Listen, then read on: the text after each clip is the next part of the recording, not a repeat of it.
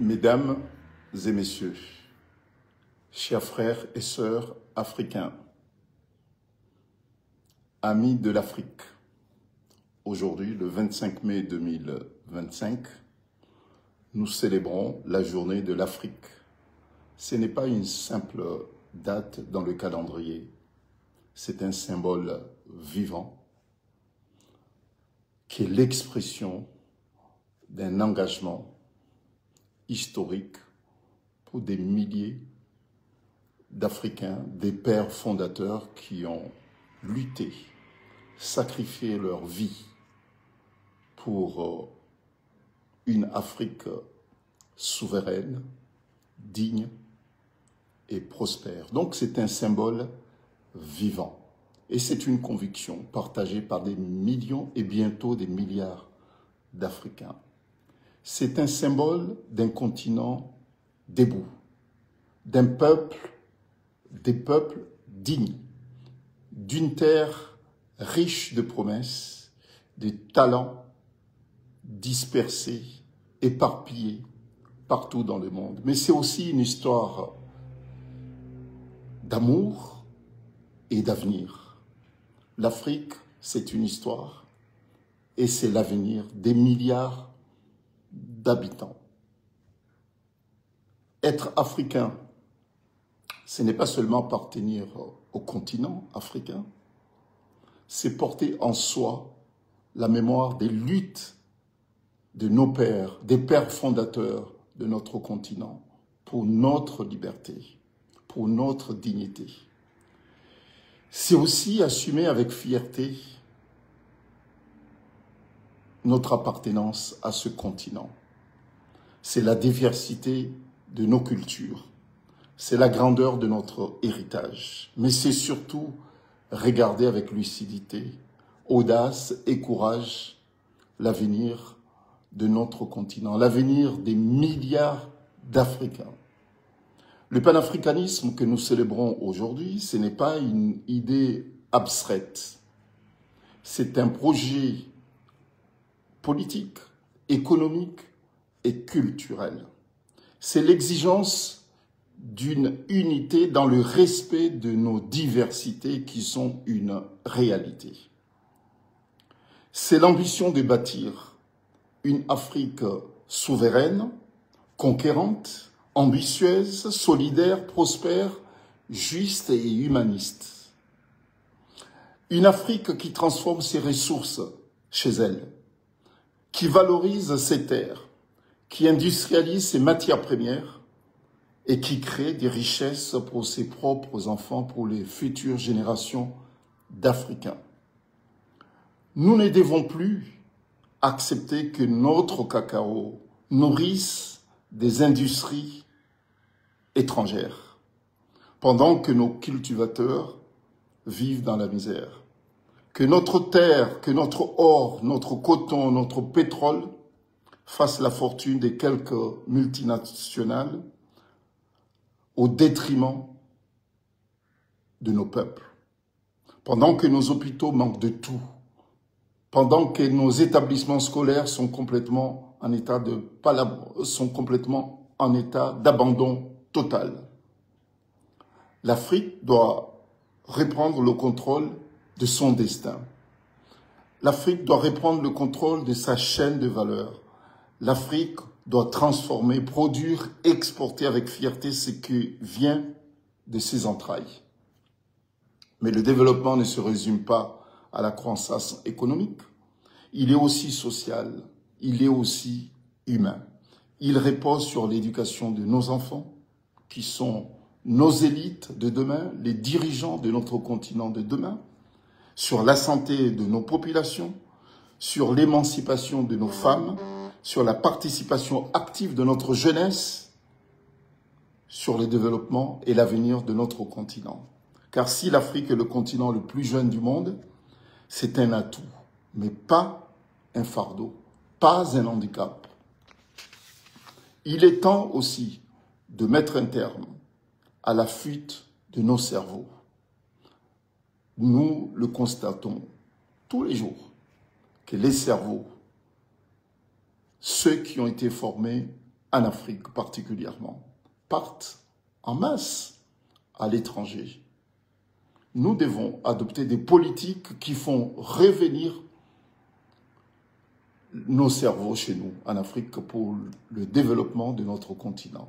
Les défis qui sont multiples, qui sont colossaux, que nous devons tous relever, devraient être faits avec les moyens, avec la participation active de nos cadres, de nos intellectuels. Nos ingénieurs, nos médecins, nos chercheurs ne doivent plus être contraints de s'exiler pour vivre dignement. L'Afrique a besoin d'eux et ils ont besoin d'une Afrique qui leur offre les conditions de réussir et de faire réussir le continent africain.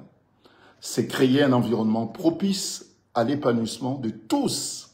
C'est notre devoir collectif. Je m'adresse à nos dirigeants. L'heure n'est plus au discours, elle est à l'action. L'heure de la corruption, de la gouvernance, de la mauvaise gouvernance, du népotisme et de l'impunité de tous les crimes est résolue et terminée. Les dictateurs doivent quitter le pouvoir pour laisser la place à une jeunesse consciente, formée et déterminée à bâtir une nouvelle Afrique. Faute de quoi, le peuple se lèvera. La jeunesse brisera les chaînes de la peur, exigera par tous les moyens sa place légitime dans la gestion des affaires publiques. Le panafricanisme, c'est aussi l'exigence de démocratie, de justice et de bonne gouvernance et de rupture radicale avec le système de prédation. Et c'est pour cette raison qu'il faut envisager avoir notre propre juridiction efficace, indépendante de toute influence. Une juridiction, une justice africaine, influente, à l'abri de toute influence, indépendante et souveraine pour juger les crimes et les conflits meurtriers commis en permanence en Afrique et qui sont à l'origine de la perte des vies qui se nombrent à des millions. Nous ne pouvons pas être panafricains et aimer l'Afrique et rester comme spectateurs et ne pas agir par rapport aux conflits meurtriers qui frappent l'Afrique et qui fait autant de victimes, notamment des jeunes, des enfants et des femmes. Ces conflits qui sont souvent commandités et commis avec des armes fabriquées avec la matière première africaine doivent trouver une réponse africaine. Et c'est pour cette raison que l'ordre judiciaire africain doit aussi exister pour s'occuper à la fois de ceux et celles qui pensent que le pouvoir qui leur sont confiés par le peuple leur donne un chèque en blanc pour tuer ce même peuple, voire même commanditer des conflits dont sont victimes principalement les femmes et les enfants.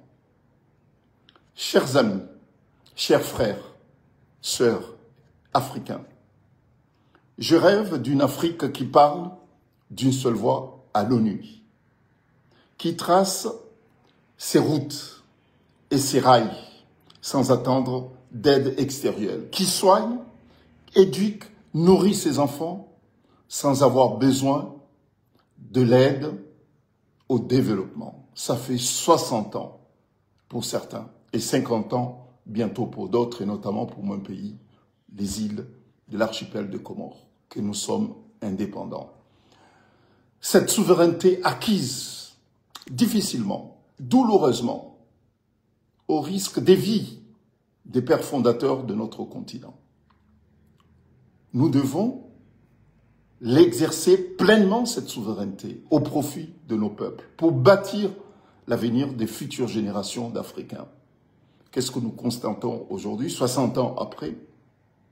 Des conflits meurtriers, des coups d'État constitutionnels, une mauvaise gouvernance, autant d'assassinats politiques qui restent impunis, autant de corruption, autant de détournements des deniers publics. Nous devons, nous les Africains, trouver une réponse par rapport à ces fléaux qui freinent le développement de notre continent. Ce défi, il est colossal. Ces défis sont colossaux, mais ils sont à notre portée, puisque nous avons tout ce qu'il faut. Personnellement, j'ai eu à assister à de nombreux procès, quelquefois en tant qu'acteur, et puis souvent aussi comme observateur des procès politiques en Afrique. J'ai vu que l'Afrique dispose des ressources humaines nécessaires et puis des instruments juridiques et diplomatiques appropriés pour s'accaparer des conflits qui meurtrissent notre continent. Nous sommes prêts, l'Afrique est prête. Nous ne devons plus attendre que le soutien vienne de l'extérieur pour résoudre notre propre problème puisque nous sommes souverains, nous sommes indépendants. Cette souveraineté nous astreint à un certain nombre d'obligations, obligations d'agir, obligations de nous assumer, obligations d'être responsables de notre propre destin. Je rêve d'une Afrique ouverte au monde, mais fière d'elle-même. Une Afrique qui n'émigre plus par détresse, mais qui voyage par choix. Car être africain, ce n'est pas fuir l'Afrique, c'est participer aux œuvres de la construction de notre continent. C'est bâtir l'Afrique. C'est ça, être africain, bâtir l'Afrique de demain. Et ensemble, unis, forts de notre foi dans l'avenir de notre continent, nous le bâtirons. Nous bâtirons l'Afrique de demain. Enfin, je vais m'adresser particulièrement à mes compatriotes comoriens.